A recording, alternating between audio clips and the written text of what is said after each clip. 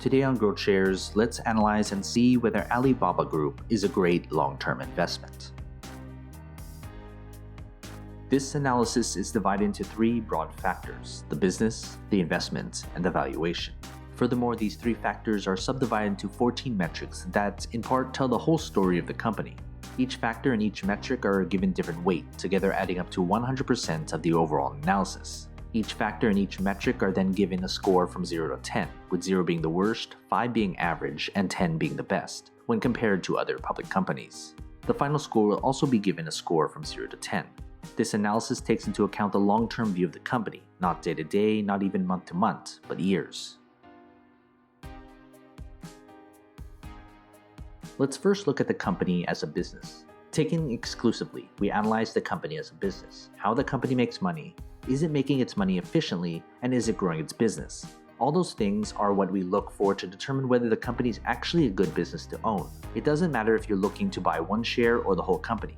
We should see first if the company is even worth analyzing further. As Warren Buffett once said, it's far better to buy a wonderful company at a fair price than a fair company at a wonderful price. That's why the largest weight is given to the business factor. There are 8 metrics that measure the business, and we'll dive into them right now. Let's look at the company's forward growth. Forward growth is a percentage based on how much the company is growing its earnings while factoring recent performance with a conservative projection of future growth. The higher the growth, the more potential the business has. Alibaba has a growth rate of 8.16%, giving us a score of 5. Next, let's look at the company's business margins. Business margins are a percentage based on whether the company is using its available resources in an effective way to maximize its growth and sustainability in terms of ongoing activity. The higher the margins, the more effective the business. Alibaba has margins of 16.07%, which means a score of 6. Let's then look at the company's operating margins. Operating margins are a ratio based on various price ratios to determine whether the company is using its available resources efficiently in proportion to its recent trending stock price. The lower the ratio, the more efficient the business. Alibaba has operations of 12.5, giving us a score of 5. Next, let's look at the company's rate of return. Rate of return is a percentage based on how the company is using invested and reinvested capital in a positive way to promote present and future growth. The higher the percentage, the better the business is dealing with its investments. Alibaba has returns of 3.33%, giving us a score of 3. Let's look at the company's debt utilization.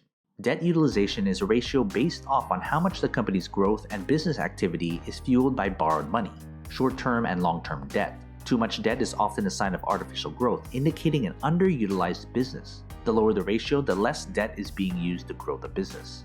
Alibaba has a utilization of 3.1, which gives us a score of 9. Next, let's look at the company's dividend.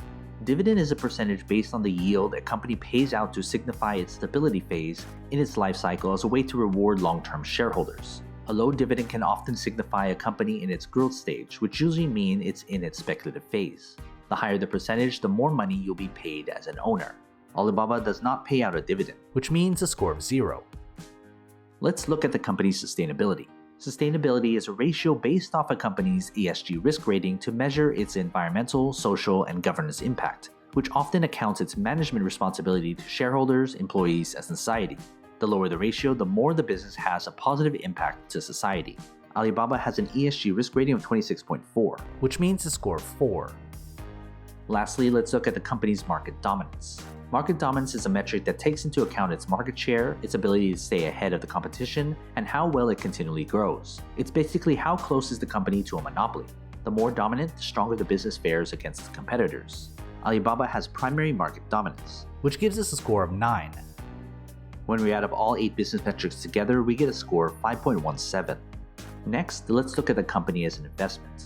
Taken exclusively, we look at the company solely as an investment and how its numbers, opinions on the stock, and what investors and traders are doing with the stock. Instead of looking at the business aspect of the company, we're analyzing it simply as a stock flashing on our screens with its share price and important ratios. A company can be a great business, but it also has to be attractive enough as an investment to warrant even putting money into. Although a vital factor in our analysis, the smallest weight is given to the investment factor. There are 5 metrics that measure the investments, and we'll dive into them right now. First, let's look at the company's stock performance. Stock performance is a ratio based on a combination of how the company's stock has performed in comparison to its industry, its sector, and the overall market over a 3-month, 1-year, and 5-year period. The higher the ratio, the stronger the stock price is to its competitors. Alibaba has a performance ratio of 9.9, which means a score of 0. Next, let's look at the company's technical analysis. Technical analysis is a percentage based on a combination of various simple moving averages and RSI to determine how mostly short-term traders are analyzing the company. The higher the percentage, the more favorably traders are looking at the company. Alibaba has a range of negative 19.36%, which means a score of 0. Let's then look at the company's short interest. Short interest is a percentage of traders and investors who are actively betting on the company's stock going down, which reveals a negative opinion and forecasts the company as an investment. The lower the percentage, the more bullish traders and investors think of the stock. Alibaba has a short interest of 2.32%, which means a score of 6. Next, let's look at the company's Wall Street analysis. Wall Street analysis is a percentage based on what other analysts see in the company. Other opinions are important because they sway investor sentiment, where a consensus either way can determine a stock's short-term and long-term performance. The higher the percentage, the more favorably analysts see the company as an investment. Alibaba has a consensus of 98%, which gives us a score of 9. Lastly, let's look at the company's institutional ownership. Institutional ownership is a percentage based on how much of the company's available shares are owned by investment firms, various funds, and other large players. Being backed by major institutions, a company shows stability for smaller investors to feel safe knowing they're not the only players. The higher the percentage, the safer you can feel as an investor. Alibaba has ownership of 16.7%, which means a score of 2. When we add up all 5 investment metrics together, we get a score of 3.91. Finally, let's look at the company's valuation. Valuation is what most investors look at when deciding whether to invest in a company or not. It's putting everything together to figure out the price at which we would be willing to buy the company's stock. A company can be a great business and also an attractive investment, but the stock needs to be fairly valued or better to even make it a worthwhile addition to your portfolio. A large share, 33% of the analysis, depends on the company's valuation. There is only one metric that measures the company's valuation, and we'll dive into that right now.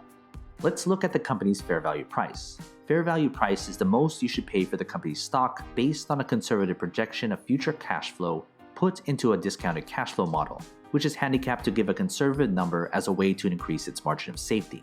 Alibaba has a fair value price of $102.32 per share, which I consider to be slightly undervalued, which means a score of 6. As a recap, here are the scores for all 14 metrics. Finally, we'll add the 3 factors to get our final score. Based on my complete analysis of Alibaba Group, I give a final score of 5.17, which makes it an average long-term investment. My final score doesn't necessarily mean I'm bullish or bearish on the company's stock. Major news such as earnings or economic data may change some or all of these metrics, but my analysis is built upon a solid foundation that focuses on the long-term health of the company. And as such, my analysis takes into account a company regardless of industry, sector, or location of business. So you've made it this far, shoot me an email. I'd love to get in touch with you and talk more. If you want to see me analyze more companies, hit that like button, subscribe to my channel, and share this video with other investors. And as always, take care of your money.